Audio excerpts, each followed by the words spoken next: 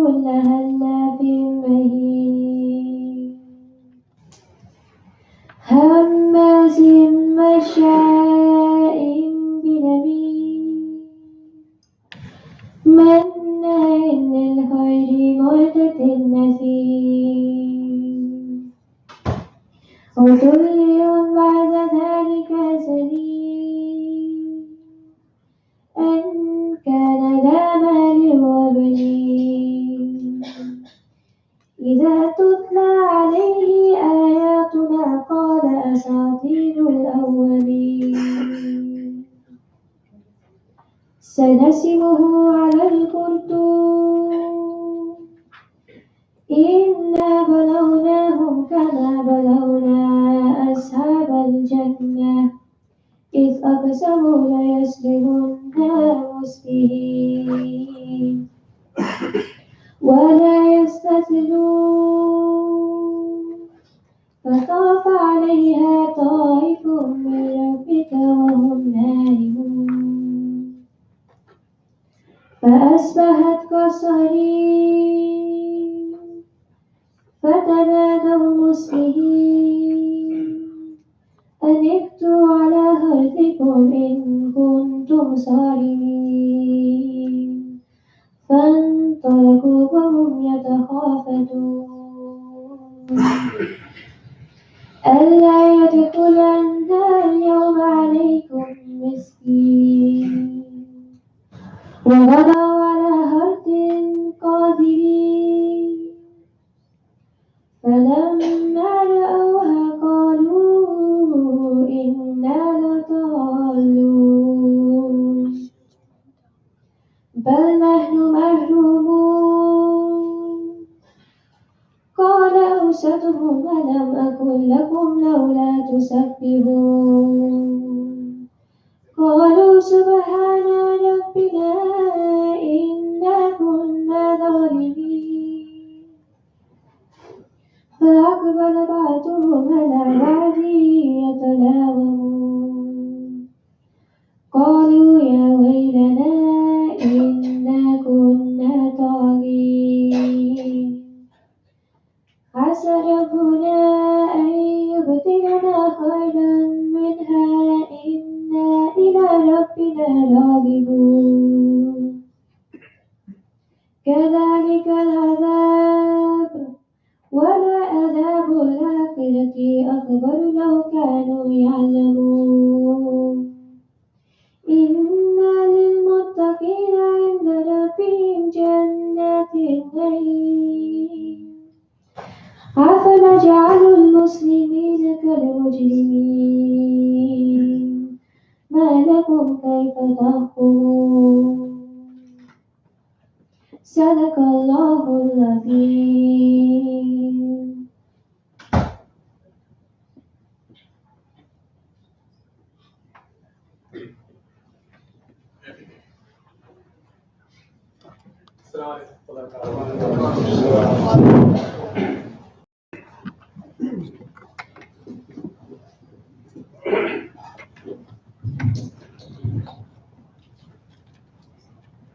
الله أكبر الله أكبر الله أكبر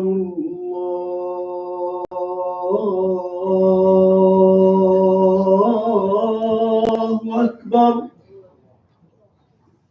أشهد أن لا إله إلا الله أشهد أن لا إله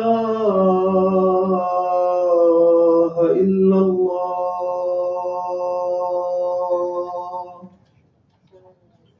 أشهد أن محمدا رسول الله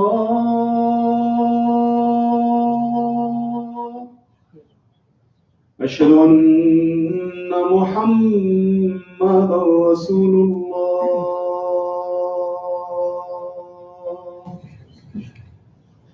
حي على الصلاة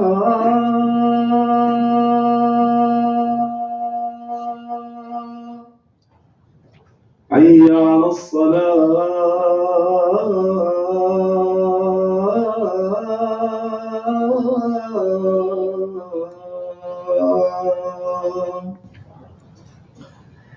حي على الفلاح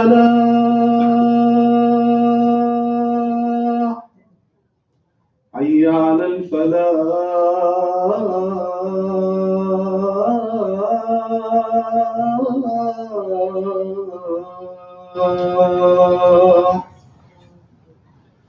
الله أكبر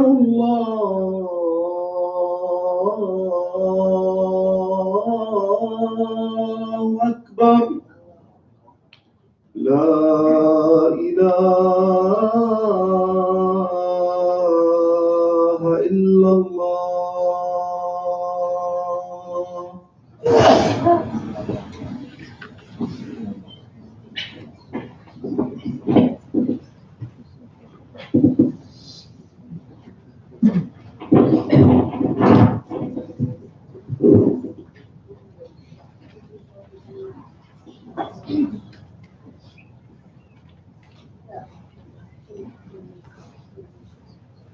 إن الحمد لله نحمده ونستعينه ونستغفره ونستهديه ونؤمن به ونتوكل عليه ونعوذ بالله من شرور أنفسنا ومن سيئات أعمالنا إنه من يهده الله فلا مضل له ومن يضلل فلن تجد له وليا مرشدا وأشهد أن لا إله إلا الله وحده لا شريك له وأشهد أن محمدا عبده ورسوله بلغ الرسالة وأدى الأمانة ونصح الأمة وكشف الأمة وتركنا على المحجة البيضاء.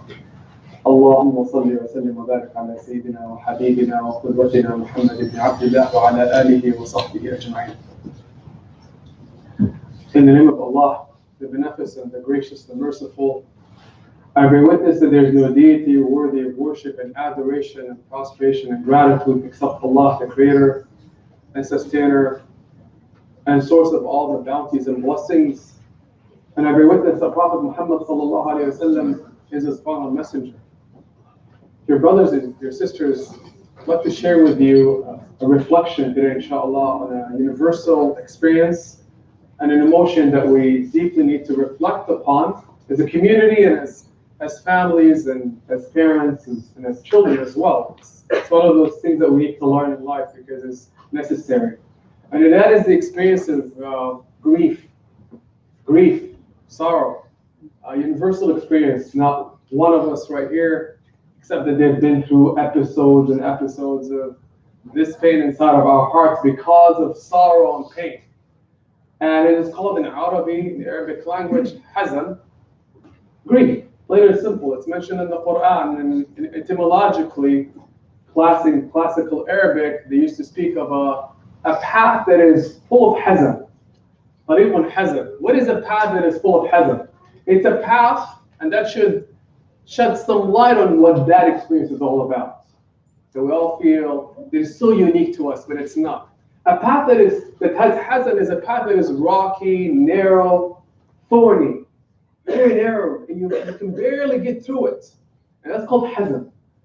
And that's a metaphor for that experience in the heart. Narrowness, constriction, pain, loneliness. It feels cold. It feels as if you're suffocating and constricted deep, right? And that's exactly what the language even describes. Many of us find ourselves indeed having gone through episodes of loss, and that hazan, that sensation, the sensation of pain, originates from feeling that you've lost something precious, or indeed losing something precious in our lives. Every single time we lose something precious, someone precious in our lives, every single time we experience a disappointment, something in the past. Hazan, grief has to do with the past, not the future. We're reflecting upon an experience, a traumatic episode in our lives where we've lost someone or something precious, where we felt as if a hope of ours, a wish of ours was not fulfilled. Whatever it is, you dreamt of marrying someone and it didn't happen. You lost a human being that is dear to you. There's a wish of yours, of attainment, of attaining something, and it didn't happen, and you realize it's not going to happen. Of a dua you've been asking Allah for healing, cure, and it's not happening year after year. What that precipitates in the heart is a feeling of sorrow. A feeling of sorrow. And that feeling is not a pleasant feeling. And if there is a metaphor to describe it, it's as if you feel yourself as if you're at the bottom of a pit. Think about it when you're experiencing that sorrow. Perhaps this morning, right? Something I could reflect on, something very tiny yesterday happened. Very, very tiny. I didn't have a chance to get something that I wanted, right? Very tiny. And the thought accompanied me throughout the night. SubhanAllah, we're human beings. And I remember the feeling very well, even though it's something tiny, yet for me it was very profound. And the pain was real. And I'm sure all of us are in that feeling. We feel as if we're in the bottom of a well. Lonely, cold, and you feel as if you're the only one there in the whole world, and that nobody can see you or feel you. Isn't it true? When we're struggling with that pain of that sorrow, of that grief, of that remorse, over whatever it is that has happened in our past, we feel as if we are by ourselves. And what are the consequences of that? What happens? They've even defined the stages of the reaction of the human being, because we're like subhanAllah, as a specimen that has a code to it. And when we understand that code, we start to understand how we can deal with this powerful moment in our lives. I'm sharing this with you today because this is a critical moment that can really make us or break us. And if we're not aware of how to deal with it and utilize the tools to properly overcome it and help others around us all go through it, including our children without us knowing, or our spouses even when they're silent, they're carrying those scars inside of them because of their past. So if we're not capable of understanding where they're coming from, nor emphasizing how can we help them heal, how can we call ourselves a community? Faith is at the heart of this. Faith is at the heart of this grief, counseling, and overcoming grief. Because the life experience, all of it is about grief and fear of the future. I'm going to focus on just grief today. Not fear, just grief. What a real experience this. And all of our experiences are about loss. Loss on a global level, macro level, micro, individual level. We're all experiencing it. And what they've defined is these stages programmed within us that we experience when we lose something precious and experience that grief. What happens? Perhaps because of a loss of a human being, loss of a significant amount of wealth, whatever it is, when you lose something precious, you experience an immediate trauma. Even physically, you find yourself automatically, your eyes automatically and instinctively begin to cry. Isn't it true?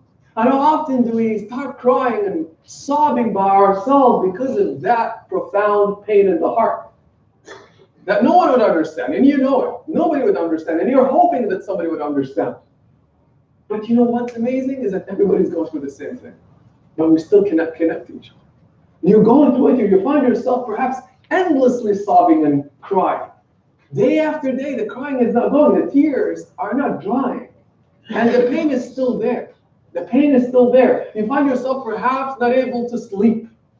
It could be something very tiny that has happened in your past, in my past. Yet, 2, 3 o'clock in the morning, you're awake. You wake up and you're carrying that thought with you. Perhaps you lose sleep for nights and nights, on and on and on. And it's not ending. You lose your ability to even eat. You perhaps can lose interest in life. All because of that experience. Powerful, powerful experience, and not being able to navigate that. We find ourselves mentally now. This is the heart. We know what we're feeling in the heart.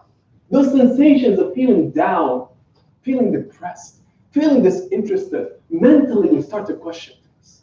Isn't it true? Imagine a week, 2, 3, and people are telling you you're going to get better or feel better. Stop crying and feel better. Get over this. And you're hoping that you can force yourself to do this. But you can't. You can't. And a month will pass, perhaps 2 or 3, and the tears are being shed. And the pain is not real, even if you force your eyes not to cry. The pain is still there and it's not going anywhere. And what happens is that we become frustrated even with ourselves. Frustrated, disappointed that we're not able to overcome this because of expectations that we should be better by a certain amount of time, by a certain prescribed time that people are telling you need to, heal within. Or perhaps it's just a thought in the head, and you find yourself disappointed and perhaps begin a process of blaming, questioning, why is this happening? Not only is it the question of why did this thing happen to me, this loss, this tragic loss, why are we going through that? Why me? But also, why is it taking so long? I was promised healing and recovery. I was promised that if I turn to Allah, things will happen, and it's not happening. I'm still sad. What is happening there, brothers and sisters, is indeed a process that can lead us to devastating places when we begin that questioning process. Feel overwhelmed, in fact, with that pain of guilt. And perhaps others around us are contributing to this. This is very serious. This can destroy people's lives. This can set people off on a journey of depression to really, get into a cycle of depression that doesn't end. It doesn't end. And many of us dismiss it. Dismiss it for ourselves and not understanding really how to deal with it. And imagine now in our family members and community members are going through it and we're not able to help them. And in fact, we might be actually making them worse. And we might be making ourselves worse. As Muslims, as believers, as people interested in life, in well-being, we have to understand that this is part of our faith. That understanding how to heal ourselves and heal others around us is part of the prophetic way, part of the prescribed plan of Allah. It's a lesson we need to learn sooner than later before it's too late. Before we actually lose members of our families, before we lose ourselves, because if you lose your capacity to deal with your sadness and your grief, you're not going to be able to stand on your feet. And we cannot even claim to be a community that helps lift each other. Where do we go from here? What does Allah say about all of this? What does Prophet Muhammad say about this? What do psychologists even say about all of this? There are indeed powerful, critical tools that Allah has provided us within our capacities, within our makeup as human beings. Just as we are human beings with limbs that experience pain, Allah has similarly given you unparalleled tools to allow you to heal and overcome. It's all part of this incredible divine plan of Allah Azza wa Jalla. What is the first thing that I need to think about as I experience that loss? Because as we've described, the consequences can be severe. So I better know how to manage its moments. And I better be ready for it when it happens. And when it happens, it feels as if you can never be ready for it. But perhaps I can ready my thoughts and my heart and repeat these things in my head, because when it comes, I need to be able to mitigate it.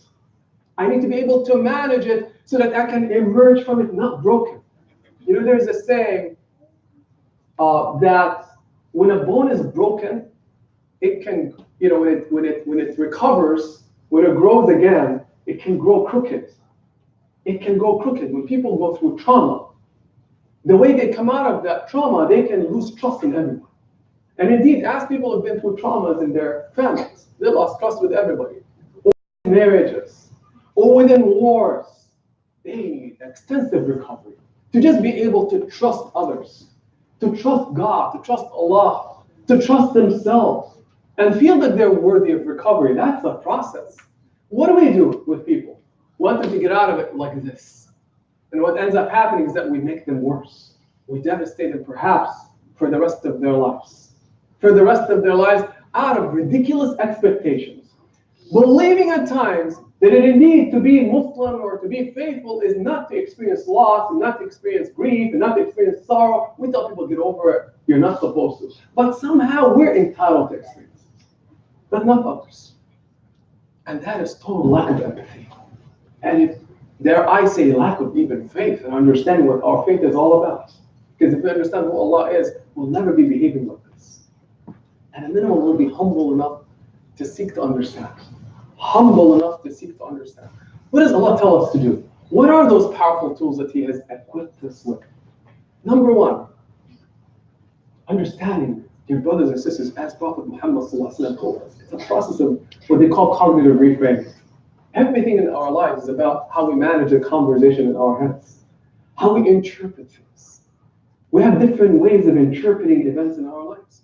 Loss is a loss, and it's going to incur pain, for sure.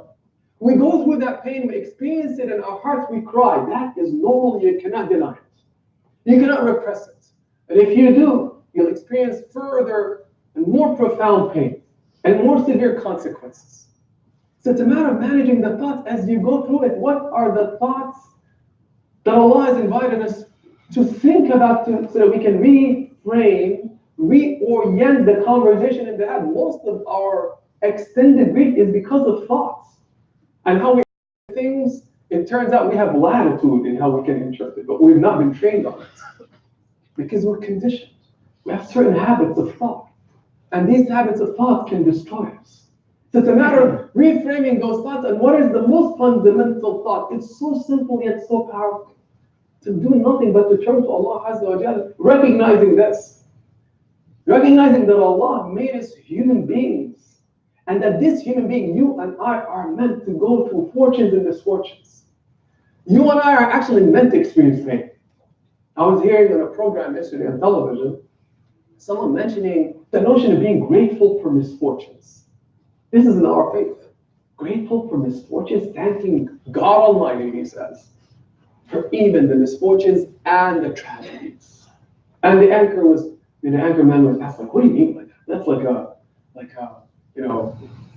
kind of apostating from the norms to say that someone is supposed to be thankful for their tragedy. So let me elaborate. Pain is something that really makes us connect with others. And it's part of being human. Allah has meant for you to experience grief. And you know what? Those eyes of ours, just as they're meant to see, they're meant to cry.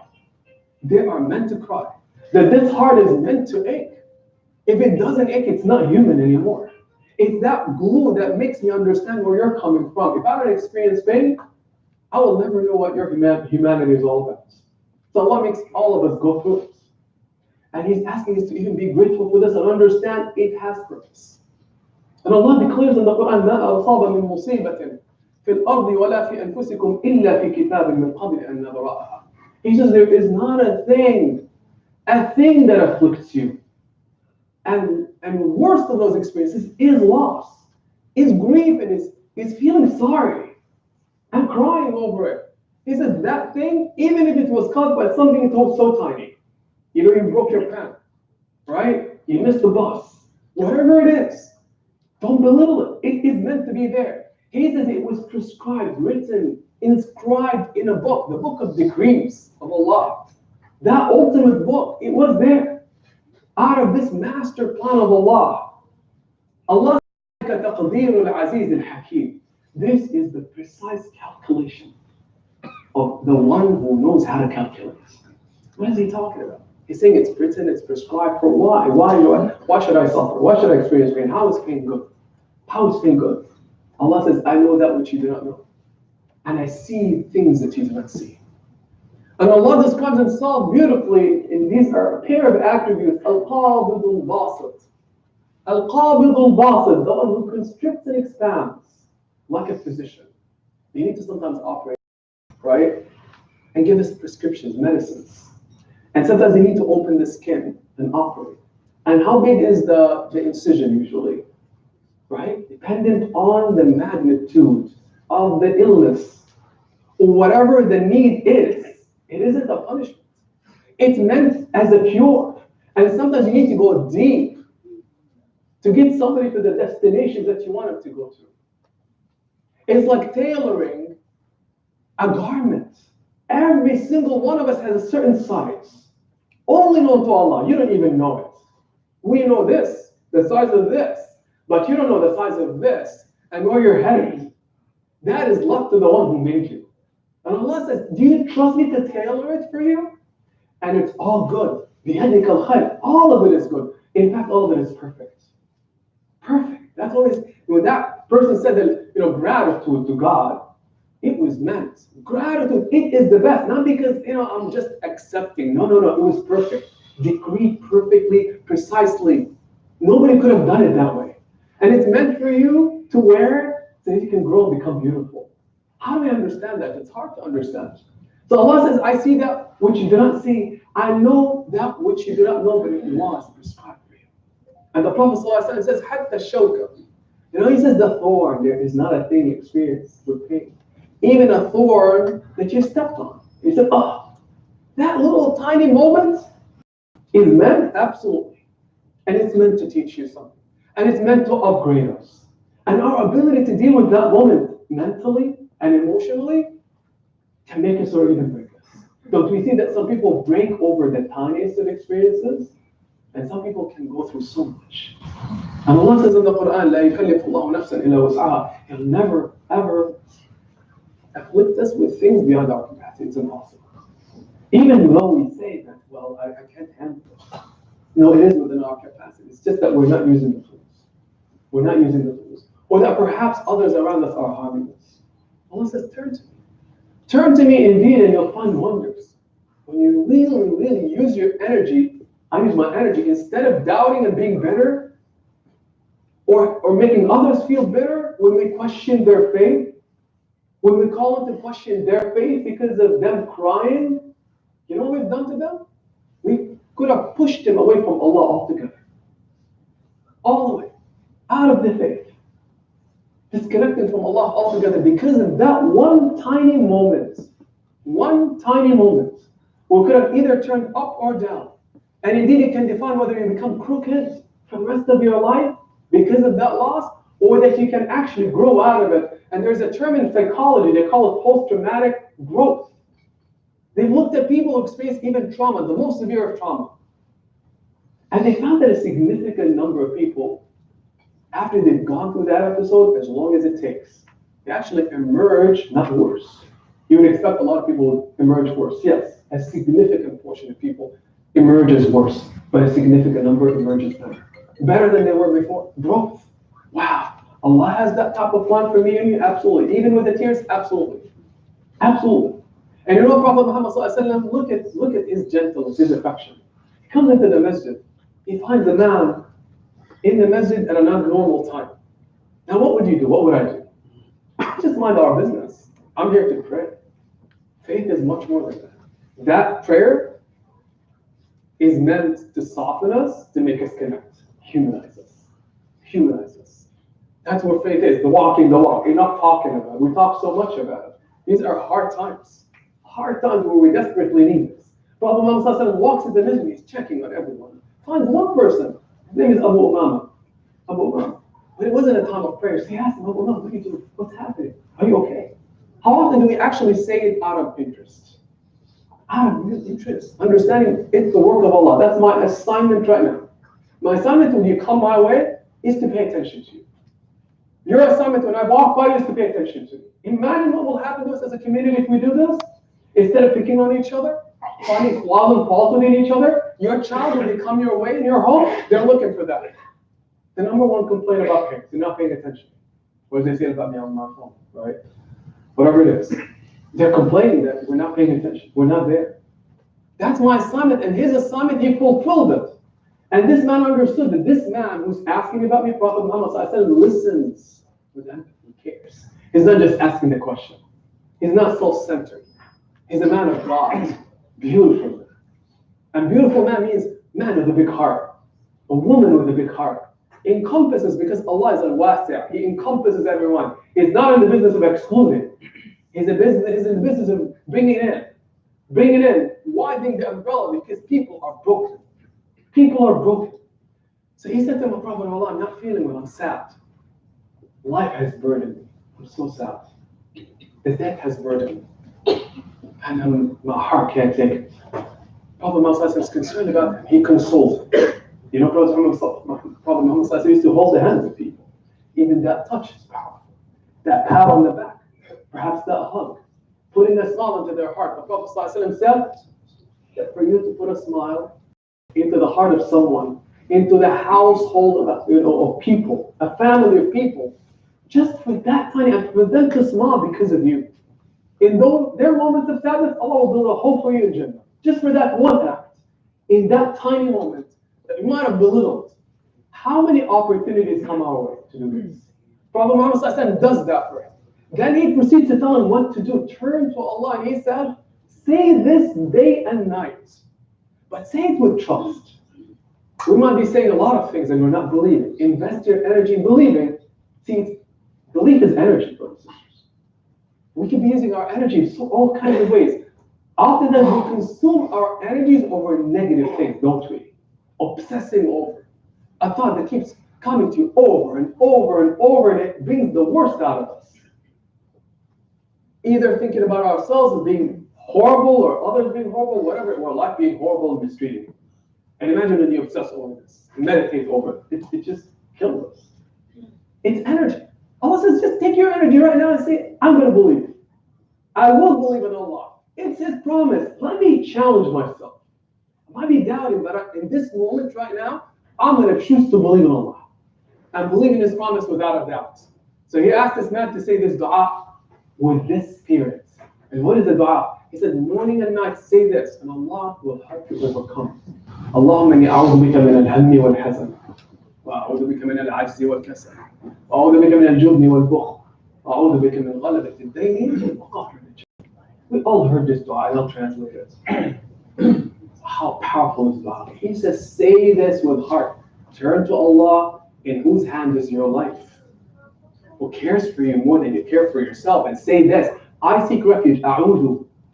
A'udhu is, and a'udhu is a word that originates from the word uwad, or has similar or linguistic root that it shares with the word uwad, which is the meat that is around the closest to the bone, the most delicious.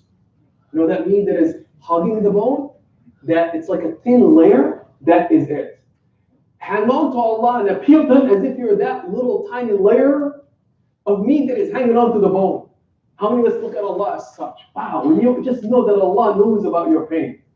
He says, I know it. وَلَقَدْ نَعْلَمْ. He tells the Prophet ﷺ, we know you're going through this pain. We know you're going through the grief. And I prescribed it. It's good. And here's how you get over it. Just knowing that Allah is behind you. Enough. Has to be Allah. Allah is sufficient. Oh Allah, I seek refuge in you. Just as that meat over the bone, hanging on to you. I seek refuge in you from what? Al-hammi wal-hazan.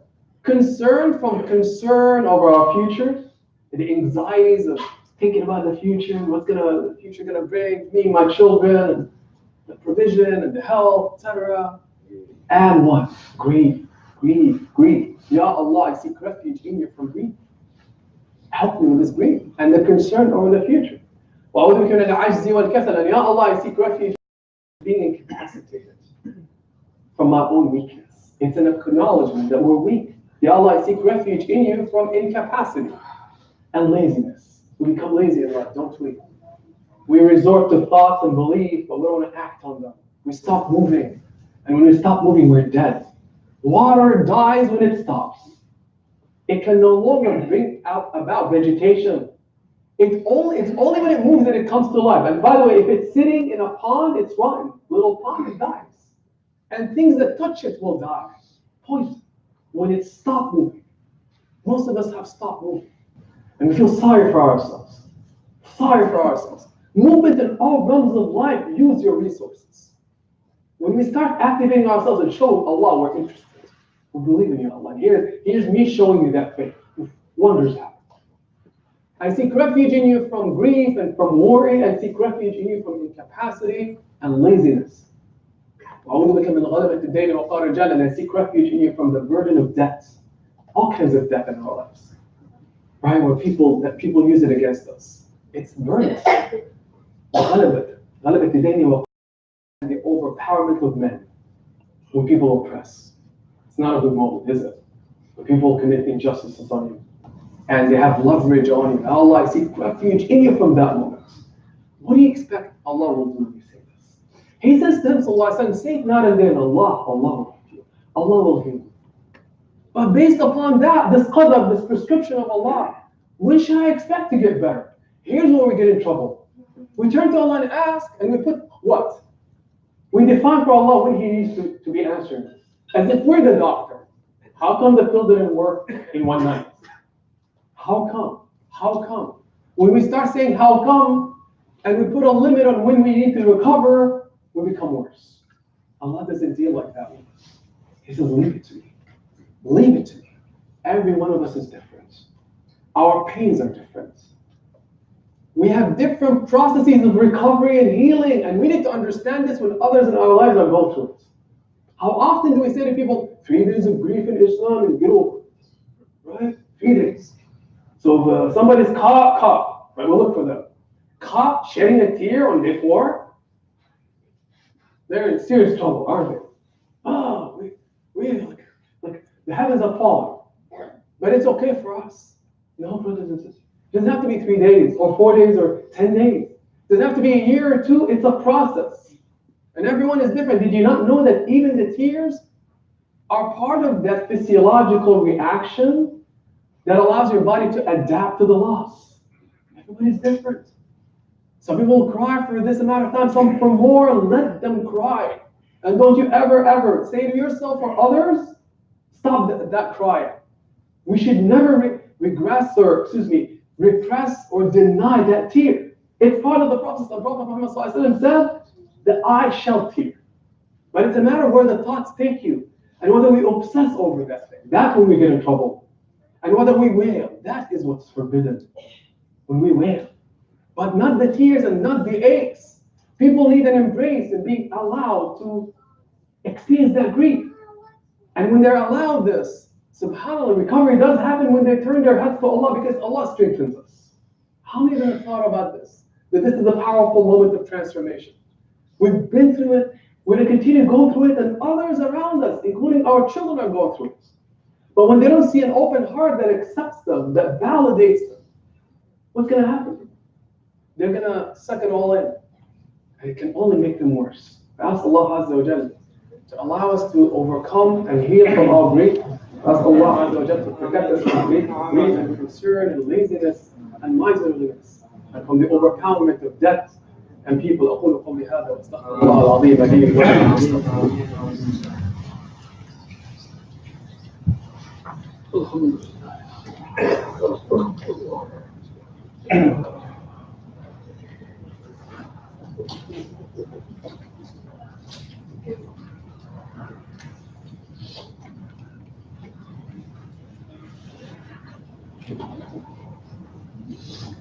الحمد لله رب العالمين والصلاة والسلام على أشرف الخلق سيدنا المرسلين سيدنا محمد وعلى آله وصحبه أجمعين. Just quick set of things that we need to do, inshallah, when we go through these moments. And we need to remind each other. We need each other.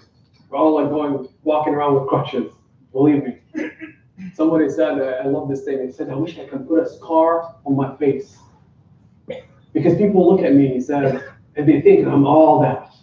They have no idea. I look so good. He said, like, well-to-do and so forth, but they don't understand where I've come from to this day. So I wish it was a scar, he said, in the middle of my face to tell people I come from a broken place. Don't be fooled. All of us are in it. The faith, the people of Allah are those who recognize it. And understand it's part of the human journey and struggle, gratitude to Allah for it. It's a prescription of Allah, it's beautiful. And Allah is in Jameel, He'll never prescribe something that is awful or ugly. We're the ones who produce ugliness out of our reactions. And we're capable of it. We're capable of being inhuman, that we do not understand other people's pain. Or become selfish, that what matters is only my pain, my grief. And I want others to understand it, but I'm not going to make an effort to understand other people's struggles. We couldn't be further from Allah. And those closest to Allah, the most beautiful people, been transformed by even their salah, are the ones who have the mind and the heart to understand they are on a mission. Mission to express what they're going through. But not to everyone. Not everybody's going to listen. But I'm telling you, brothers and sisters, if you're going through that grief, you need to express it. You need to let it out. Otherwise, it's going to suffocate you. Where do I turn to? Others in your life that you can trust. And there are. Sometimes it does require therapy. And others around you should be helping you find people that can help counsel you through that process. And we as families should never prevent somebody from seeking counseling. We should encourage it and bring them those resources because they cannot help themselves. They cannot help themselves. Did we not know that it's a matter of life and death? These little tiny episodes can lead to suicide, brothers and sisters. Suicide. Have you not heard about the recent episode of one of the Kennedys? I forgot her name. 21, 22 years of age. Did you hear about why she committed suicide? It's an accumulation of sad moments and depression. But one of them, she was violated by someone. SubhanAllah, violated by. So it kind of magnified the pain for her. Nobody understood it. She couldn't turn to anyone, and you know the tragic. It happens all the time. All the time. It can happen to me and you. Yes. And don't ever think that someone is excluded or somebody is better or more immune. No. No. Prophets of Allah have gone through this. Yaqub alayhi salam cried for years that he lost his eyesight. This is real. And others around us, are experiencing it. Children, spouses, parents, us. We need those crutches. And who's going to provide that? Are meant to make, and that moment can make us or break us. Turn the thoughts to Allah Azza wa Jal. Allow yourself to grieve as long as necessary, and encourage others to do the same. And be there for them, but turn to Allah and say, Ya Allah, I submit my complaint to you. You know what I'm going through. Enough for you. And say, Allahumma inni a'udhu bika min al-hammi wal-hazan. وأعوذ بك من العجز والكسل أعوذ بك من الجبن والبخل وأعوذ بك من غلبة الدين وقهر الرجال. Ya Allah, I seek refuge in you from concern, worry, and grief. And I seek refuge in you from what? العجز والكسل, incapacity and laziness. And from the overpowerment of debts and people. For instance, say night and day. This is what the Prophet ﷺ asked us to do. Night and day. And rest assured, Allah will strengthen your heart to really have the fuel when you go through these moments. We ask Allah to wash away our pain. To allow us to be among those who wash the pain of others, who wash the grief and the tears of others. We ask Allah to inspire us with faith and trust in Him, to strengthen our hearts and souls, to walk us, to make us walk the walk of faith and trust in Him. We ask Allah to guide us on the straight path. We ask Allah to heal our brothers and sisters across this earth, everywhere where they're suffering and grief, Ya Allah. Wipe away their tears, Ya Allah. Help them in their suffering, Ya Allah. Grant them full relief, Ya Allah. Everywhere they are, Ya Allah. Ya Allah, help our children, help our spouses, help our parents, and make us among the helpers, Ya Allah. Make us among the helpers and the healers, Ya Allah, in the way of Prophet Muhammad sallallahu alaihi wasallam. واعف عنا وتولى امرنا واحسن خلاصنا. اللهم انا نعوذ بك من الهم والحزن، ونعوذ بك من العجز والكسل، ونعوذ بك من الجبن والبخل، ونعوذ بك من غلبة الدين وقهر الرجال. صلى الله على سيدنا محمد وعلى اله وصحبه اجمعين واقم الصلاه. الله أكبر. أشهد أن لا إله إلا الله. أشهد أن محمدا رسول الله. حي على الصلاة، حي على الفلاح، قد قامت الصلاة، قد قامت الصلاة. الله أكبر، الله أكبر، لا إله إلا الله. Strengthen the heart. Pressure your eyes, inshallah. Turn your hearts to Allah. I'll give it a second. استقيم والحمد لله. صلى الله عليه وسلم.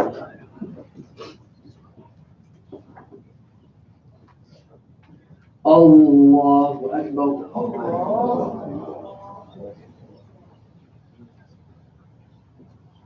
الحمد لله رب العالمين الرحمن الرحيم مالك يوم الدين إياك نعبد وإياك نستعين اهدنا الصراط المستقيم صراط الذين أنعمت عليهم غير المغضوب عليهم ولا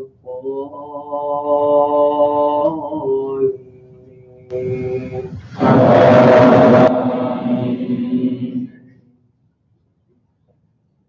إن المتقين في جنات وعيون ادخلوها بسلام آمنين ونزعنا ما في صدورهم من غل إخوانا على سرر متقابلين لا يمسهم فيها نصب وما هم منها بمخرجين. نبئ عبادي أني أنا الغفور الرحيم وأن عذابي هو العذاب الأليم. الله أكبر.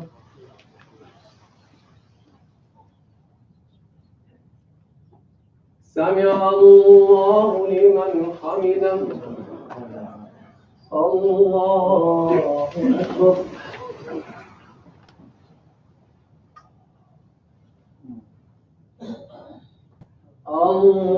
الله أكبر. الله أكبر.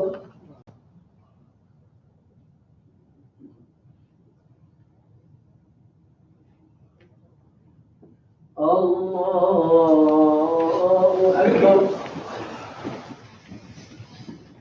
الحمد لله رب العالمين الرحمن الرحيم مالك يوم الدين إياك نعبد وإياك نستعين اهدنا الصراط المستقيم صراط الذين أنعمت عليهم غير المغضوب عليهم ولا الضالين.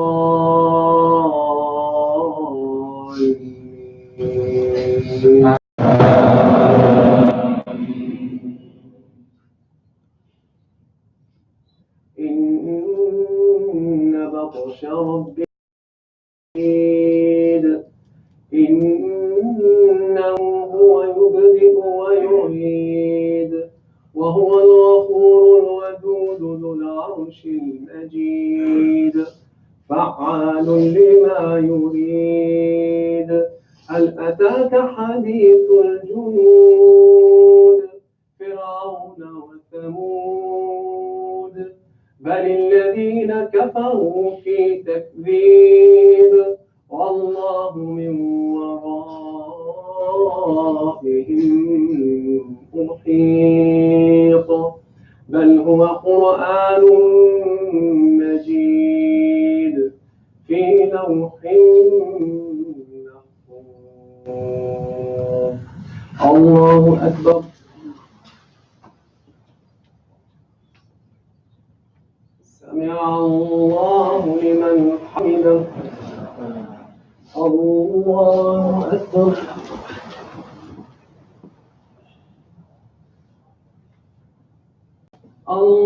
الله أكبر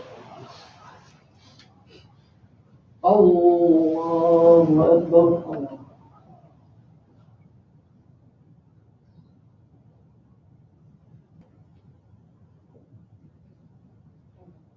الله أكبر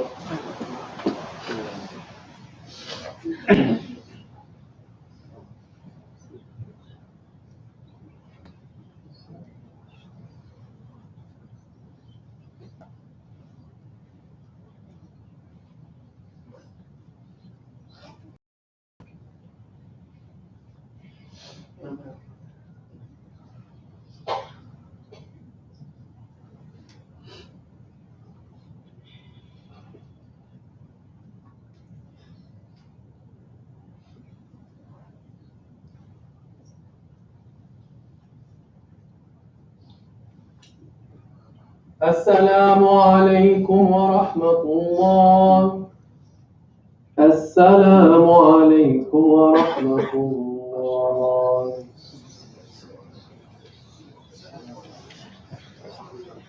Assalamu alaikum. Everybody, inshallah, you're well. Quick announcements. First request, inshallah, for dua for Sister Amina Khan. She's in ICU in the hospital, New York. As a judgment for full healing and recovery, and Allah grant for patience and strength and for her whole family, inshallah. Allah Azza wa Jalla grant for full recovery, inshallah, sooner than later. Allahumma ameen, Allahumma ameen. Inshallah, this is we put out the announcement that we have, inshallah, first of all, the Eid picnic. When is it? Alhamdulillah, pass, right? Sunday, inshallah. Please join us, inshallah. As I said, inshallah, we come together as a community, inshallah, to the highs and lows, inshallah. May Allah increase the highs, and this is a high, inshallah, for all of us. Join us, inshallah, I believe at 12:30 to 4:30, inshallah, right here, this coming Sunday. On that note, actually 12 o'clock, right, 12 to 4. So we'll have a blood drive, inshallah. We've made announcements about this blood drive that we're hosting, inshallah, but unfortunately, few people have signed up. What an opportunity, right?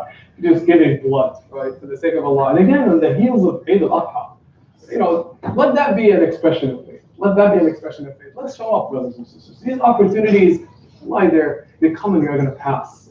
And before we know it, we're going to be wishing we've capitalized on every opportunity that we have. Please sign up, inshallah, right outside. We need, inshallah, your contributions for the masjid. Again, inshallah, we don't want to overwhelm you with these appeals, but we need money, inshallah. We need the money to run the operations of the masjid, inshallah, to help us further the mission of ICCP for our families and children. On your way out, please make a donation, inshallah. Be generous. And Allah is generous with all of us.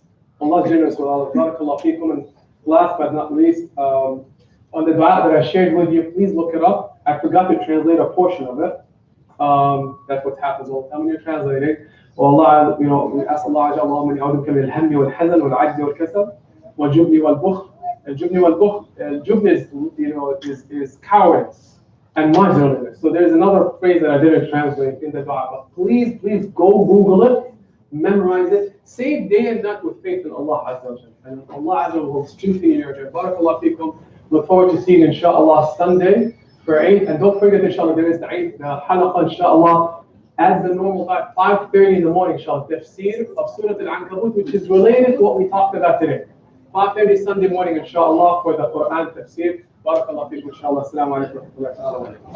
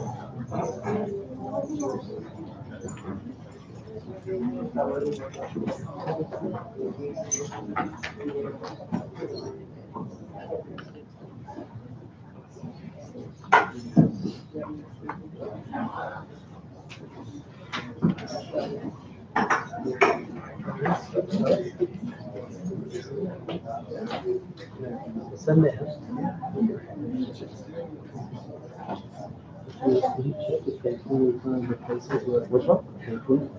Yeah. I think you did. I I don't know for sure, but I think significant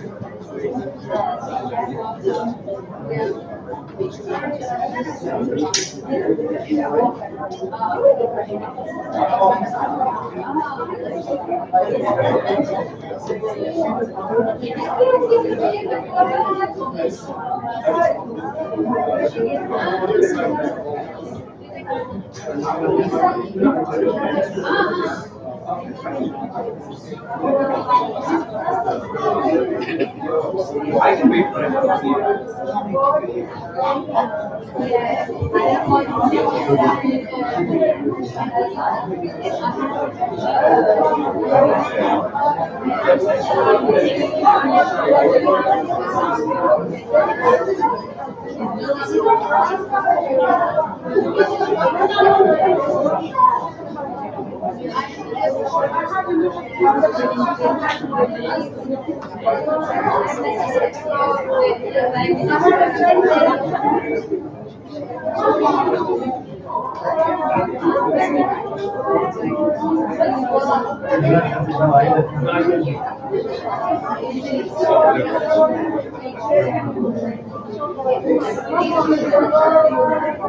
I'm here.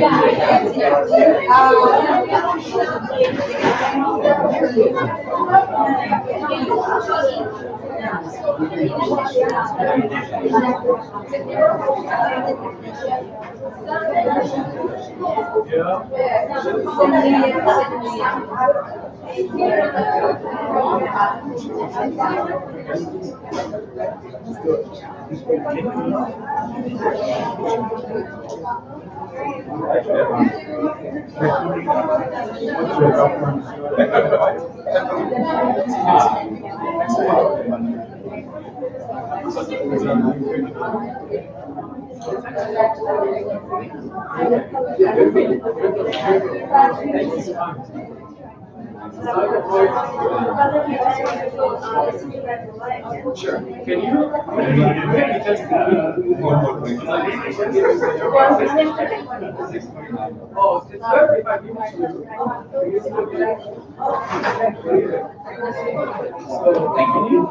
So can you get a lot of it?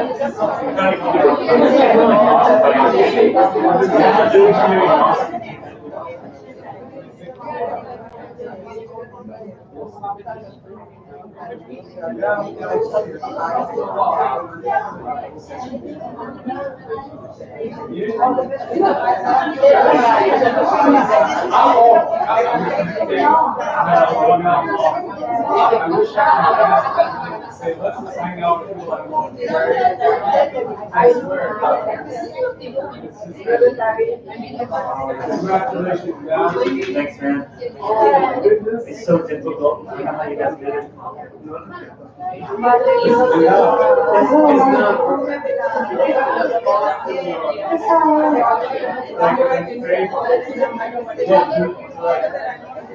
Six, seven, 7 weeks in. Dude, you know, like, girl, her name is Alicia. We're gonna have a Kika. It's just like a girl. Dude, hit her up and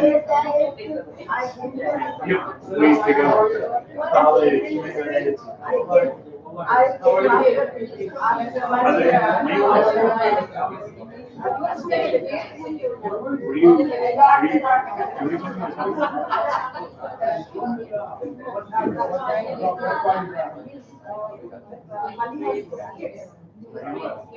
yeah. Exactly right. What are you going to be, a junior? Yeah, junior is my hardest year.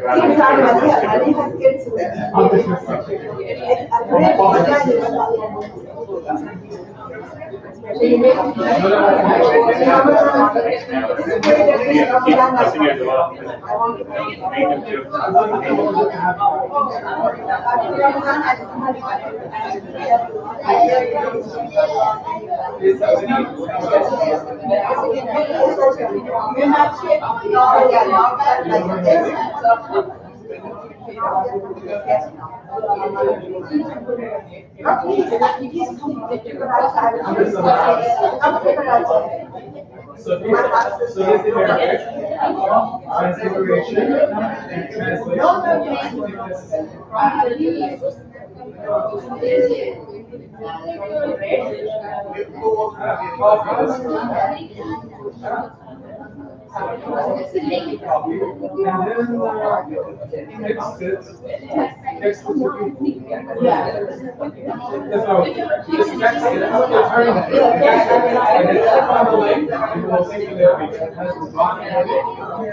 translation and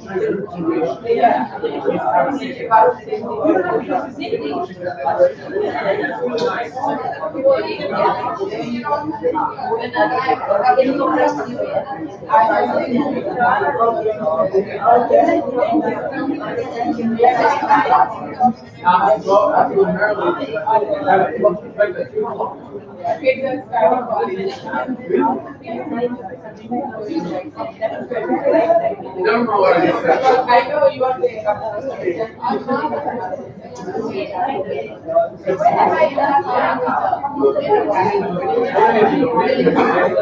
I think after I think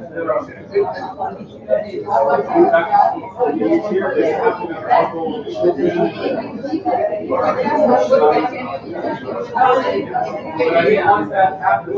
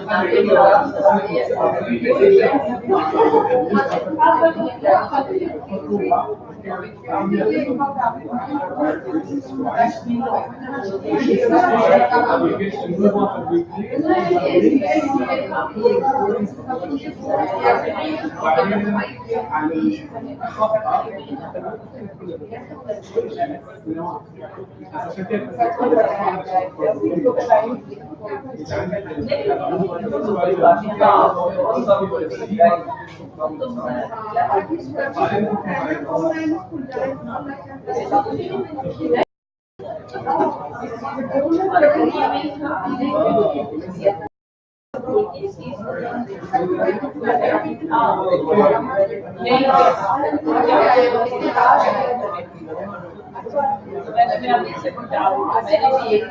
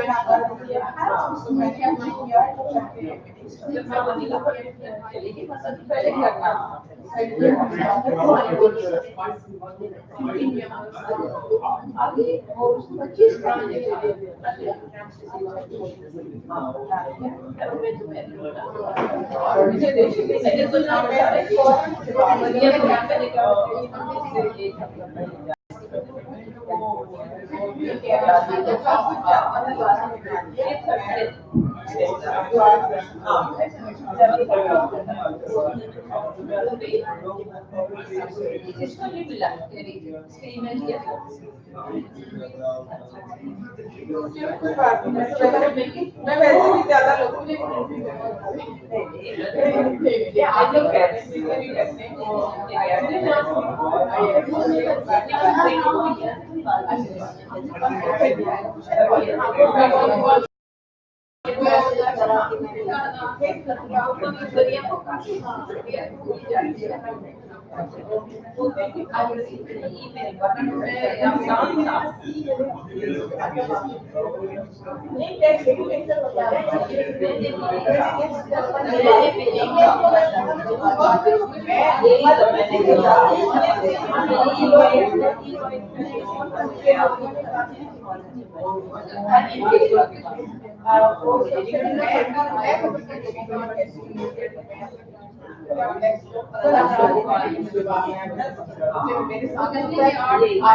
phone of होता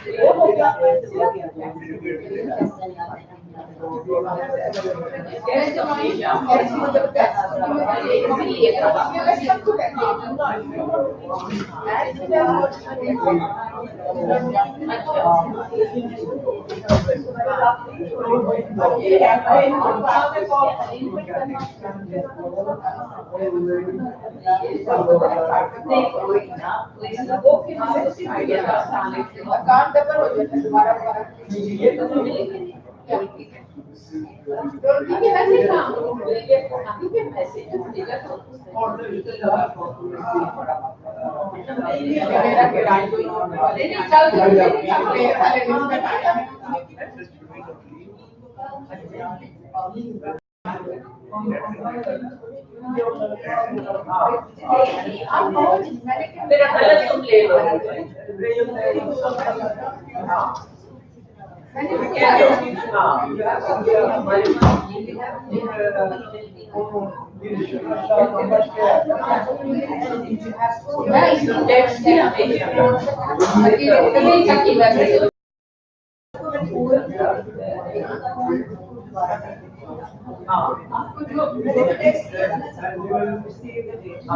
लेकिन आप ऐसा करो ना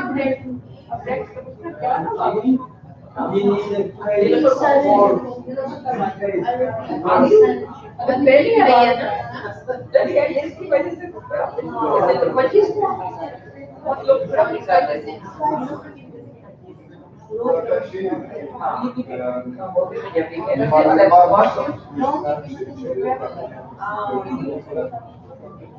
But just song. Yeah. Pero es que